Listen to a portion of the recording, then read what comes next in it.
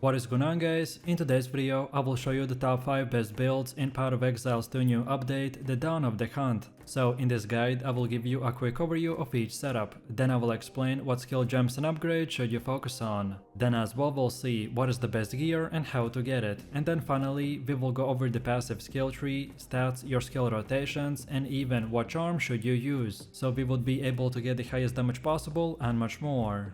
And before we continue, thanks to the Time Saver. They are a pro website that provides POE 2 services like cheap currency, custom builds, boosting and top quality items, orbs and much more. They also have a lot of comments on Trustpilot and this website is really worth a try. So make sure to check them out by using my link in the description. This setup is a fresh and powerful combination of the new Huntress Ascendancy and the Bleed Spear skills. This will revolve around fast-paced, agile combat with a focus on applying and stacking powerful bleed effects through ranged spears or the javelin attacks. You will use the spear throw or the whirling blade to apply bleeds, to then kite or reposition while the enemy takes damage over time. This playstyle will emphasize a hit and run tactic, exploiting movement speed, bleed stacking, and trap style positioning for one-shotting bosses or super fast clear speed. So let me show you the build, and for the main class we are going with the Huntress and our ascendancy is Amazon. Then for the first skill we have Rake with the stomping ground, deep cuts and blindside. Then second we got the Disengage with the martial tempo, Candace and ingenuity. Then next we got Blood Hunt with the bloodlust, bullseye, heavy swing, heft and close combat. Next we have Herald of Blood with brutality, precision and vitality. Then for the next one we have the Bloodhound's Mark with overpower, inspiration and the concentrated effect. Next we got Wind Dancer with the Culling Strike, blind and maim. Then next we got the Tame Beast with loyalty, minion mastery and muster. And finally we're using Explosive Spear with Overabundance, Expedite, Retreat and Primal Armament. Most of the setup is structured around spamming Rake to delete enemies in split seconds, so we use gems and skills that will support and increase their duration, size and damage, while the rest are powerful buffs and utility skills that usually get activated in the background. Next up we have our passive tree, and if you are interested in a full in-depth guide on how it works, then check out my beginner guide. So let's take a look at our setup, and we want to start at this attack damage node and then keep going while taking these 3. So Primal Instinct, Eagle Eye and Disorientation. Then next we keep on going until this point and then take this bottom left side, and then keep going until we get these 2, so careful aim and blur. Then next up we keep on going until this point and then take these 3, so Crimson Assault, perfectly balanced knife and versatile arms. Then after this we go until the end and then go up top till we get this whole thing. And then when that is done, now we circle back a little and now get everything until these 2, so the Doomsayer and the Bleeding Out. And then finally from here we can pretty much go where we started from and then get all of these nodes in this top right side, and the order in which you get them doesn't really matter, so it's more of a personal preference. All of these nodes that we got are very useful, but the ones I mentioned have the top priority, as they are the most important ones to acquire early on in the game, to make our build functional, and then later on, the priority won't really matter that much. Also, as far as attributes go, you just simply won't fulfill your attribute requirements for gear and gems, and then after that spend the rest in strength. And then now let's go all the way to the middle again, and for Ascendancy build, this is what we have. So at the beginning you want to unlock the Critical Strike. This one focuses on enhancing the power and efficiency of your critical hits. You will gain significant bonuses to Critical Strike Chance and Critical Strike Multiplier, which will allow you to deal massive damage with the right setup. The node often provides an increased global Critical Strike Chance, making your hits more likely to land a critical, which is a key for scaling damage in a high-end content. Then second we want Penetrate. Whether it's elemental resistances, armor, evasion or energy shields, this gives us a massive damage boost. Penetrate is just not about damage, it's also about ensuring that your damage always lands, so this ascendancy will thrive on debuffing, piercing and breaking defenses, which makes it ideal for dealing constant high value hits in both fast-paced clearing and long boss fights. Then next we want Predatory Instincts, which is designed to enhance agility, offensive power and damage scaling through increased critical strike chance, attack speed and evasion. You'll gain increased critical strike chance against enemies that are on low life, which makes you highly efficient at finishing off weak enemies. And on top of this, the added attack speed will boost your offensive capability, allowing you to apply damage faster and stack debuffs like bleed or poison at an accelerated pace. And finally, we are going in for the kill, When you choose this one, it will grant you a significant boost to critical strike chance and critical strike multiplier when your enemies are below a certain life threshold. This means that once you've already chipped away at your targets and they are low on health, then your attacks become much more lethal. So combining these two last notes will completely destroy any enemy that you come across. Next we have our gear. The weapon of our choice is the Swift Spear with increased physical damage, adds to physical damage, more accuracy, increased attack speed and leech damage as life. Then also we got an offhand called the Coiled Buckler with increased block chance, evasion rating, max life, lightning resistance and reduced attribute requirements. Then for helmet we have the Cowled Helm with max life, accuracy rating, strength and fire resistance. Then for chest we have the Shrouded Vest with evasion rating, max life and chaos resistance. Then for belt we have the Long Belt with max life, cold resistance and fire resistance. Then for gloves we got the Bound Braces with the add physical damage to attacks, fire, cold and lightning resistance. Then for boots we're using the Soldiering Sabatons with armor and evasion.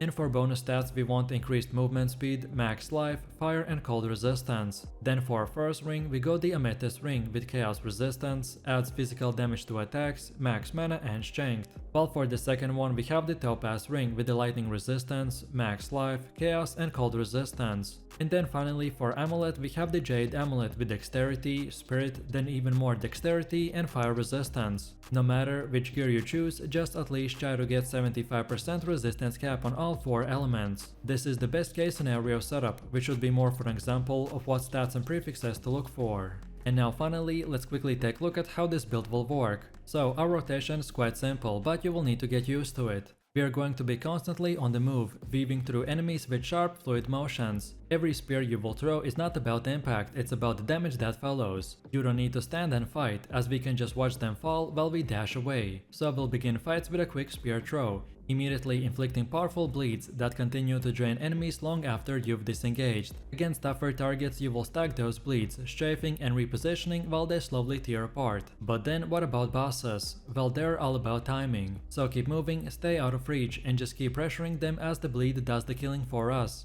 Everything about this build will feed into that rhythm. Very high mobility, clean clears and a constant sense of momentum. It's not about tanking hits, it's about never being hit in the first place. So you will feel agile, tactical and lethal. And just keep spamming Rake as you see your enemies die in seconds.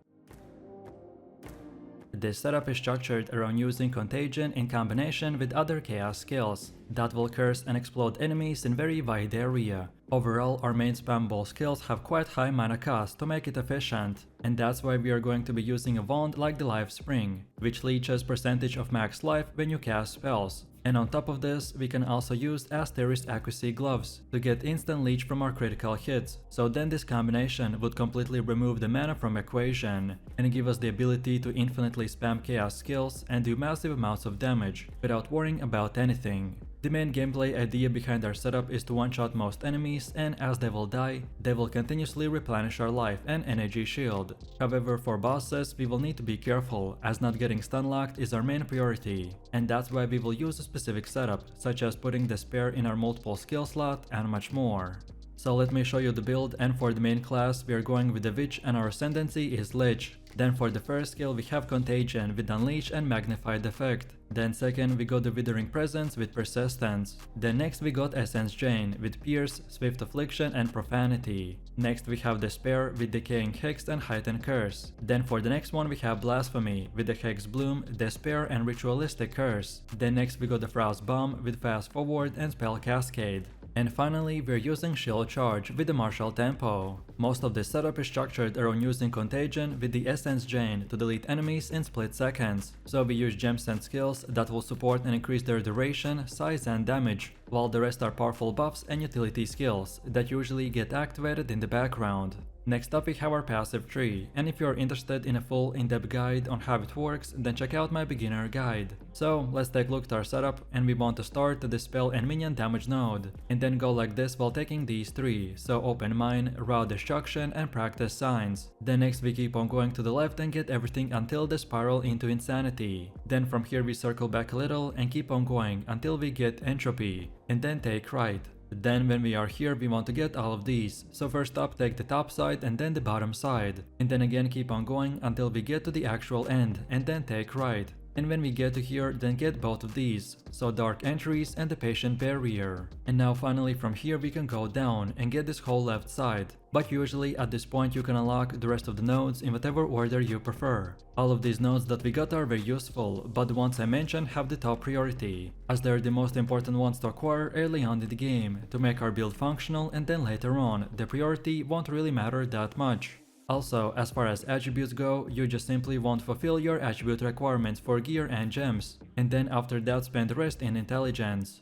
And then now let's go all the way to the middle again, and for Ascendancy build, this is what we have. So at the beginning you want to unlock the Soulless form. This offers substantial benefits. It will require careful balancing of life and energy shield values, and investing in energy shield is crucial, as it serves as a buffer that prevents life loss. However, if your energy shield is depleted, the bypass damage will affect your life, which makes it essential to manage both resources effectively. Then second, we want the Eternal Life. When we combine this with the Soulless form, it will provide a robust defensive layer, by ensuring that your life remains unchanged as long as you have energy shield remaining. You will be able to take damage without compromising your life. Then third, we want the Necromantic Condient. To effectively utilize this node, we need to invest into mana regeneration and max mana, and this will ensure that mana drain does not hinder our overall performance. If done properly, this setup can significantly increase our damage and give this one-shot AoE potential. And lastly, we got Blackened Heart. Because of our already higher maximum mana, this will not only enhance the Unholy Might buff, but also support the other lich mechanics that scale with it. By using this 4-node combo, we will do insane damage, but a significant mana drain could become an issue, and that's why you need to follow the specific gear setup. Next we have our gear. The weapon of our choice is the Lifespring Wand with the mana drain, max mana, increased cast speed, and the ability to leech percentage of max life whenever we cast a spell. You of course don't have to use this specific weapon if you can't afford it, so in any case try to look for something similar. Then also we got an offhand called the Antler Focus with energy shield, reduced attribute requirements, and more levels of all spell skills. Then for helmet we have the Jungle Tiara with energy shield, max life, max energy shield, and more to fire resistance. Then for chest we have the Anchorite Garb with evasion and energy shield. Then also more spirit, max life, and cold resistance. Then for belt we have the Rawhide Belt with increased life flask recovery, max life, and fire and lightning resistance. Then for gloves we got the Torn Gloves with energy shield, max life, and chaos resistance. Then for boots we are using the Silk Slippers with energy shield, increased movement speed, max mana, max life, and lightning resistance. Then for our first ring we got the Sapphire Ring with cold resistance, max life, more to intelligence, and more to cold resistance. While for the second one we have the Ruby Ring with more to fire resistance, max mana, max life, and lightning resistance. And then finally for amulet we have the Solar Amulet with more to spirit, max life, and chaos resistance. No matter which gear you choose, just at least try to get 75% resistance cap on all 4 elements. This is the best case scenario setup, which should be more of an example of what stats and prefixes to look for. And now finally, let's quickly take a look at how this build will work. The core damage of our setup is Chaos, which we can use to deal devastation through toxic and cursed spells. You will need to focus on skills that deal Chaos damage over time, such as the Essence Chain, Contagion, and the Malice Burst. And then for defense, we will rely on Energy Shield, so you'll use Life Leech to convert Chaos damage into healing, which will allow you to stay alive during tough encounters. So, we want to start fights by casting Essence Chain that spreads Chaos damage over area, which applies a debuff that makes enemies explode on death,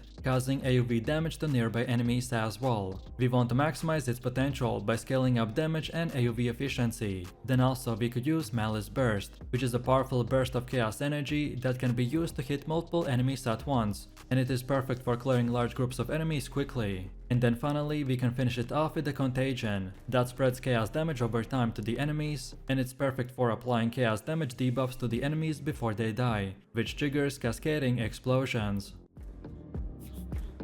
This setup's main focus is to run and press from 1 to 2 skills and then target big enemy groups to then weaken them and explode. One of the most powerful skills that we have in our arsenal is the Shockwave totem, and as you can see from the gameplay, we are just running into the enemies and one-shotting them without even trying. Also, our Ancestral Warrior totem and the Scavenge plating makes the most out of this by effectively extending the damage of this hit many times over, in order to kill big targets like the bosses or tanky rare monsters. Of course, like most melee builds, the armor explosion was nerfed, but our particular setup wasn't impacted as much as other melee builds, so currently this is by far one of the best warrior builds in the game. If you are looking for a powerful auto AoV machine to target enemies and delete them in split seconds, then this is the one for you. So let me show you the build, and for the main class I have chosen to go with the warrior, and our ascendancy is the warbringer. Then for the first skill we have the mage strike with the support gem called the rage, armor explosion, magnified effect and the primal armament. And even after the new changes on how the armor breaker works, the mage strike still works perfectly fine, as long as you use it with the cultist great hammer. Then second we got the Shockwave totem with inspiration, close combat and overpower. Then next we got the scavenge plating with the precision, vitality and clarity. Next we have the ancestral warrior totem with the sunder, super critical and overabundance. Next up we have the time of the need with fast forward, herbalism and clarity. And finally for the last one we are using the hammer of the gods with fist of war, concentrated effect, exploit weakness and heft. Most of this setup is structured around using the Shockwave totem and the mage strike to delete enemies in split seconds, so we use gems and skills that will support and increase their size and damage, while the rest are powerful buffs and utility skills that usually get activated in the background. And as our build is already super broken, so we don't have to use more than these 6 active skill gems. Next up we have our passive tree, and if you're interested in a full in-depth guide on how it works, then check out my beginner guide. So let's take a look at our setup, and we want to start at this melee damage node, and then go like this until we get all of these 4. So brutal, smash, sturdy metal and relentless. Then next up we want to go to this top right side like this, and then go to the left until we get this whole thing, so ancestral reach and the supportive ancestors. Next we circle back a little and this time keep going until we reach the devastation node. Then next up we keep going and take the right side, and then keep going more until we get both of these, so carving earth and hardened wood. Then now keep moving forwards until the end, and from here we want to get both of these totem nodes. Which side you choose first doesn't really matter as long as you get both of them. And then finally from this point and onwards you can unlock the rest of the nodes in whatever order you prefer. All of these nodes that we got are very useful, but the ones I mentioned have the top priority as they're the most important ones to acquire early on in the game, to make our build functional, and then in the late game to make it even more powerful. Also, as far as attributes go, you just simply want to fulfill your attribute requirements to gear and skill gems, and then spend the rest of your leftover attributes into more strength.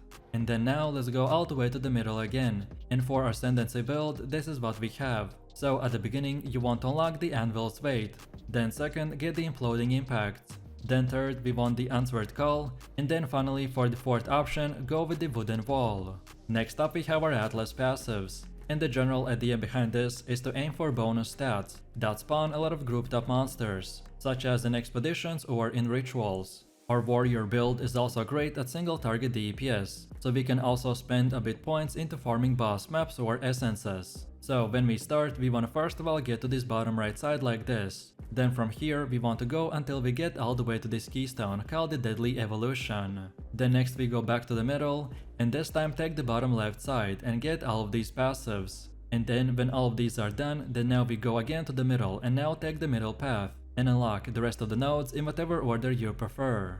Next we have our gear. The weapon of our choice is the cultist great hammer, which is special because its base stat does that our strike now deals splash damage to the targets within 1.8 meter range. And as I said, after the new changes to how the armor breaker works, the mage strike will now still work perfectly fine, but you specifically have to use this weapon, or otherwise switch the mage strike skill for something different like the stampede. And then for bonus stats we want increased physical damage, more armor and more levels of all melee skills. Then for the helmet we have the warrior great helm with armor, and for more we want max life, more accuracy, more intelligence and fire resistance. Then for chest we have the advanced full plate with armor, and for more we need max life, armor and cold resistance. Then for the belt we have the rawhide belt with 20% quicker flask recovery, and for bonus stats we want max life, more armor and +2 to charm slots. Then for gloves we got the interested gloves with energy shield, and for more we need max life, max mana and more levels to all melee skills. Then for boots we are using the advanced bronze greaves with armor, and for more we for sure want increased movement speed, and then also max life and resistances like cold and fire. Then for our first ring we got the ruby ring with fire resistance. And for more we'd want add physical damage, more intelligence and lightning resistance. While on the second one we have the topaz ring with lightning resistance. And for more we need max life, max mana, more strength and chaos resistance. And then finally for the amulet we got the crimson amulet with life regen per second. And for more we want max life, more armor, more dexterity and fire resistance. No matter which gear you choose, just at least try to get 75% resistance cap on all 4 elements. This is a starter setup, which should be more of an example of what stats and prefixes to look for. Then next we have runes. And now finally, let's quickly take a look at how this build will work. And to be honest, because of our setup, this build will be extremely powerful, no matter in what order you use your skills. But if you're interested in the most optimized damage rotation, then here it is. So for both clearing and bossing, you want to place down your Shockwave totem, and Ancestral Warrior, which is linked with the Sunder totem. And then you can also use the Mage Strike to get a bit of extra damage in, and then later to generate Rage as well. And finally, when you are at high tier maps and at the full endgame, you'll also be wanting to use the Hammer of the Gods on stunned bosses. But since it relies on having more than just plus levels to all melee skills on your weapon, so it might not deal as much damage for you as it does for other builds. And that's why our main objective will be to focusing on crazy AoE damage and less at single targets. This setup is a fresh and powerful combination of the new Huntress Ascendancy and the lightning based spear skills. We are going to be combining very high damage to create devastating zones that electrocute and trap enemies in a single place. Right now this setup is easily one of the fastest and most efficient options for mob farming and speed leveling. And as you can see from the gameplay, enemies are getting wiped out in a matter of seconds. Even bosses will not stand a chance, thanks to our high single target damage by spamming the lightning spear in the combination with the storm lance and our key buffs. However, at some point in the later game, some lower gear players might run into a mana problem. But lucky for us, the Huntress has many tools to address this problem, and with optimized gear we need nothing more than a single stat roll on our weapon or gear to completely solve this issue. So let me show you the build, and for the main class we are going with the Huntress and our ascendancy is Amazon. Then for the first skill we have Spear Stab with no support gems. Then second we got the Herald of Thunder with magnified effect and innervate. Then next we got Storm Lance with concentrated effect, lightning infusion and primal armament. Next we have Lightning Spear with a scatter shot and Rising Tempest. Then for the next one we have the Sniper's Mark with persistence and profusion. Then next we got Barrage with premeditation and arcane tempo. Then next we got the Combat Frenzy with precision. And finally we're using Explosive Shot with overabundance and fire infusion. Most of this setup is structured around using the Lightning Spear with a Storm Lance to delete enemies in split seconds. So we use gems and skills that will support and increase their duration, size and damage, while the rest are powerful buffs and utility skills that usually get activated in the background.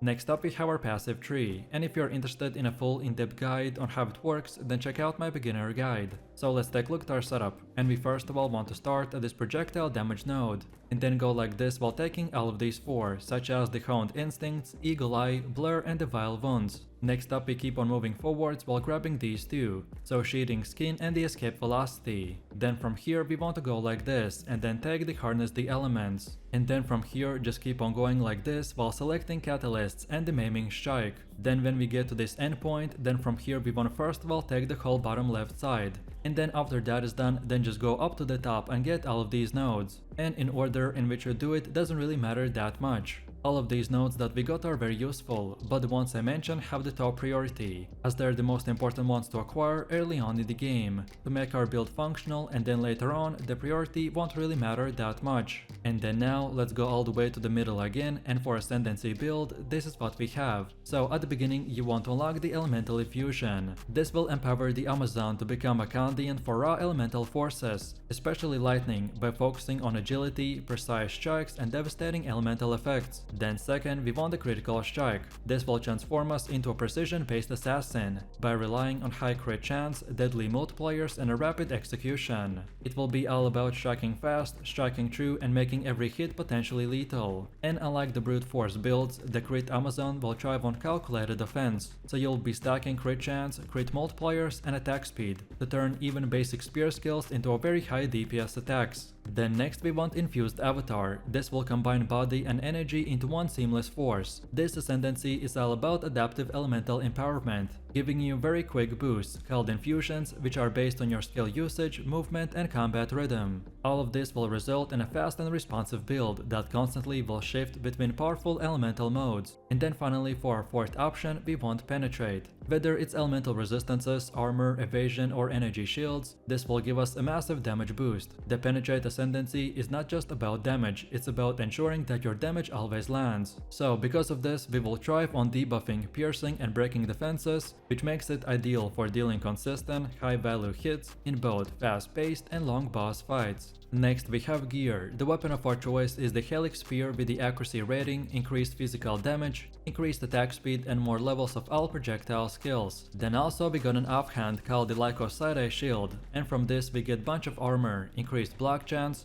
our accuracy is doubled and when blocking we deal extra damage to enemies. However, this unique is not required, and if you can afford it or get it, then any normal shield will work as well, just try to look for something similar. Then for helmet we have the Trapper Hood with evasion, accuracy rating, dexterity and fire resistance. Then for chest we have the Shrouded Vest with evasion, max life and chaos resistance. Then for belt we have the Long Belt with increased charm duration, max life, and called fire and chaos resistance. Then for gloves we got the Barbed Braces with evasion, accuracy, then even more evasion, more to all elemental resistances and chaos resistance. Then for boots we're using the Lace Boots with evasion, increased movement speed, even more evasion and cold resistance. Then for our first ring we got the Emerald Ring with accuracy, dexterity and fire resistance, while for the second one we have the Topaz Ring with bunch of lightning resistance. And then finally for amulet we have the Bloodstone Amulet with max life, increased rating and increased rarity of items found. No matter which gear you choose, just at least try to get 75% resistance cap on all 4 elements. This is the best case scenario setup, which would be more of an example of what stats and prefixes to look for.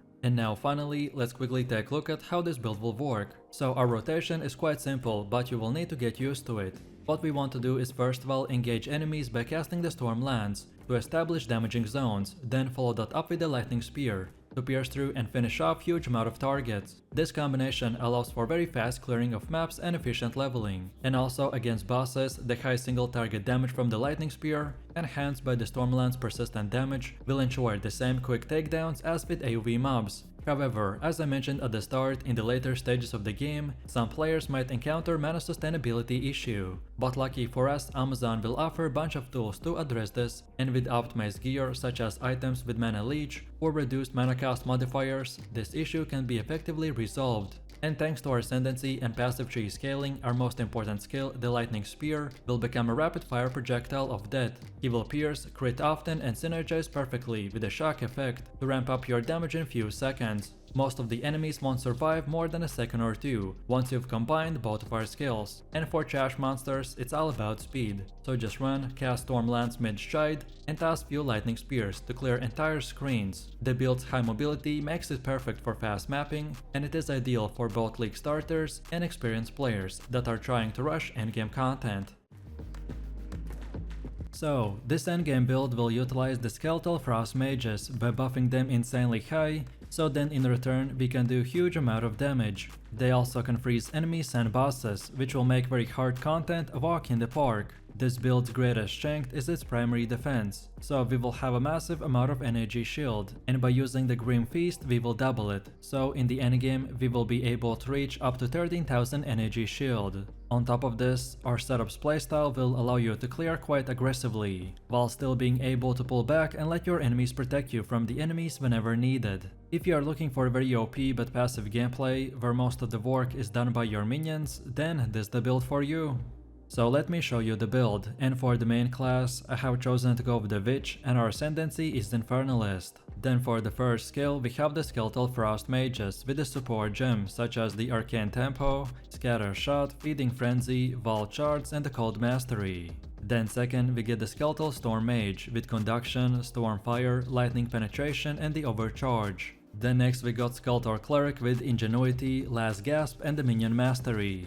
Next we have Pain Offering with Persistence, Ablution, Inspiration and Fawn of Rage. Next up we have the Hypothermia with a Heightened Curse, Spell Cascade and Focus Curse. Next we got Frost Bomb with a spell Cascade, Fawn of Mana, Fawn of Blood and the Strip Away. Next we got the Grim Feast with the Clarity. Next we have Summon Infernal Hound with a Mage Shield, Maim, Culling Strike, Fire Exposure and the Fire Mastery. And finally for the last one we are using the Sigil of the Power with the Magnified effect. Most of this setup is structured around using our Skeletal Frost Mages to delete enemies in seconds. So we use gems and skills that will support and increase their defense and damage, while the rest are powerful buffs and utility skills that usually get activated in the background.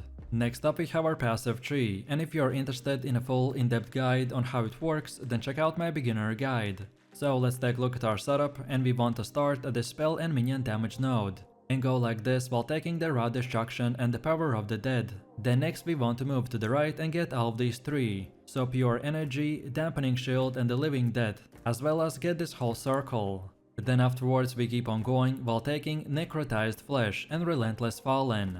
Then next we go like this, and then from this point take the left path and take all of these nodes. And then from this point and onwards you can go here up to the top and just unlock all the other nodes in whatever order you prefer. Also keep in mind that all of these nodes that we got are very useful, but the ones I mentioned have the top priority, as they are the most important ones to acquire early on in the game, to make our build functional, and then in the late game to make it even more powerful. And then now let's go all the way to the middle again, and for Ascendancy build, this is what we have. So at the beginning you want to unlock the Loyal Hellhound for that minion skill and 20% reduced damage. Then second we get Altered Flesh. This will help out in dealing with physical damage if you have chaos resistance, or when you start stacking maximum fire damage, then you will take less cold and lightning damage. Then for our third pick we have the Berat's Will. This will give us more maximum spirit, but in return it will reduce our life by 25%.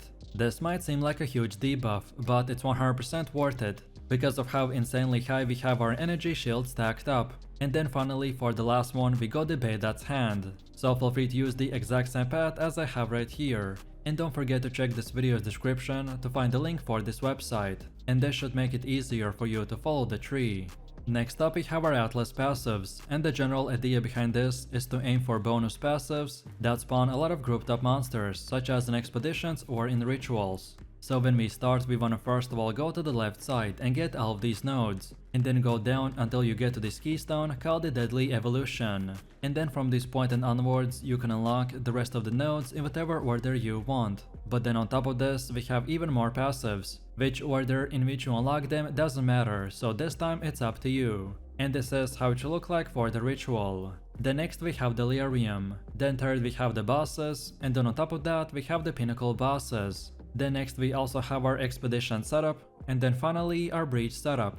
Next we have our gear. The weapon of our choice is the Rattling Scepter. This is one of the most important items as it will increase our minions' damage. However, if you prefer more damage over using a shield for passive block chance, then you can wield a scepter together with a spiked club, for that extra levels to all minion skills. And for bonus stats we want to get more to spirit, max mana and plus levels of all minion skills. Then also for the offhand we got the Advanced Omen Crest Shield with a block, and for stats we want max energy shield, more to spirit and chaos resistance. Pretty much for this one we want a high energy shield and armor base, and a really good unique to acquire early on is the Oak Sworn. However, you can later on replace it with other options that give you 2 sockets or even more to spirit. Then for the helmet we have the Expert Feather Tiara with the energy shield, and for more we want max energy shield, max life and plus levels to all minion skills. Then for chest we have the Expert Altar Robe with the energy shield, and for more we got even more energy shield, more to spirit,